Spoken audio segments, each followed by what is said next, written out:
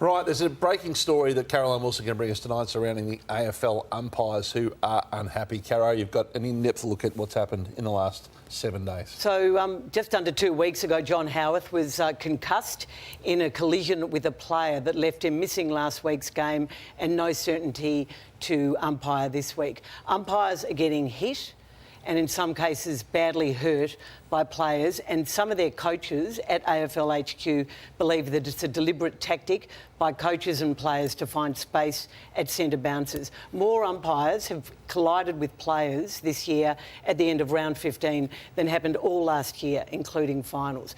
It's prompted a pretty chaotic response in-house at the AFL. So last Tuesday night, well, let's have a look at some of the incidents first of all.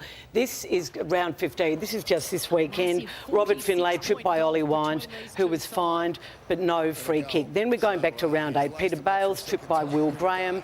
There was fines for both Lachie Neale and Will Graham. Carlton Collingwood, Andrew Stevens, bumped by Pendlebury. He and Cherry fined, no free kick. And then there was Curtis Du Bois. There was a serious injury, a whiplash, in fact, to umpire Nathan Toner, who was bumped by Lachie Sullivan, held by Matt Crouch. Sullivan again was fined.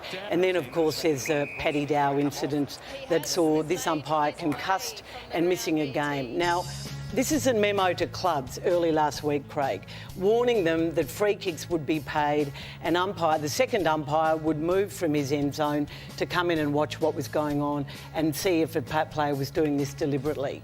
That was a memo that went to clubs, and umpires were told it was going to happen last weekend. Then, on Thursday night, the umpires received this memo telling them that everything had changed.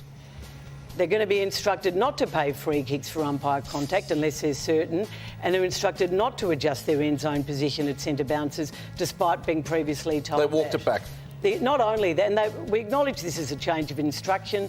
We appreciate your understanding. Last Thursday night, the umpires felt pretty unprotected and pretty shattered. They're all upset by Nathan Toner, and they honestly think it's so hard to find space in the ground anymore, and this is one place it's pretty safe.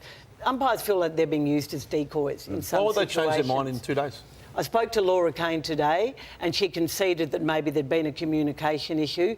She said that she'd decided to give it one more weekend and to see how it went for one weekend. I think they're gun-shy about rule changes and interpretation changes. And then what happened on the weekend? 2 more cases of umpire contact, no free kicks paid, so it's going to change from now on. Did the coaches get involved, or did they speak to too many people in the game? So do they go and say, oh, hey, what would you feel if the umpires, if we got suspension or fines, Kane? I feel like with the players... I spoke to 3 or 4 clubs who received that memo. They read it, they went, well, fair enough. But that memo actually said we're going to look to do this.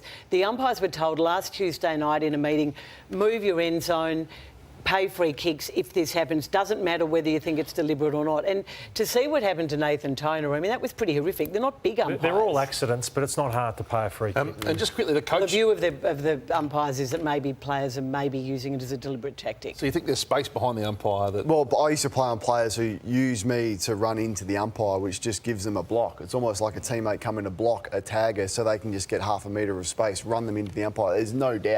There is no doubt whatsoever that players use the umpire. The numbers don't lie. Yeah.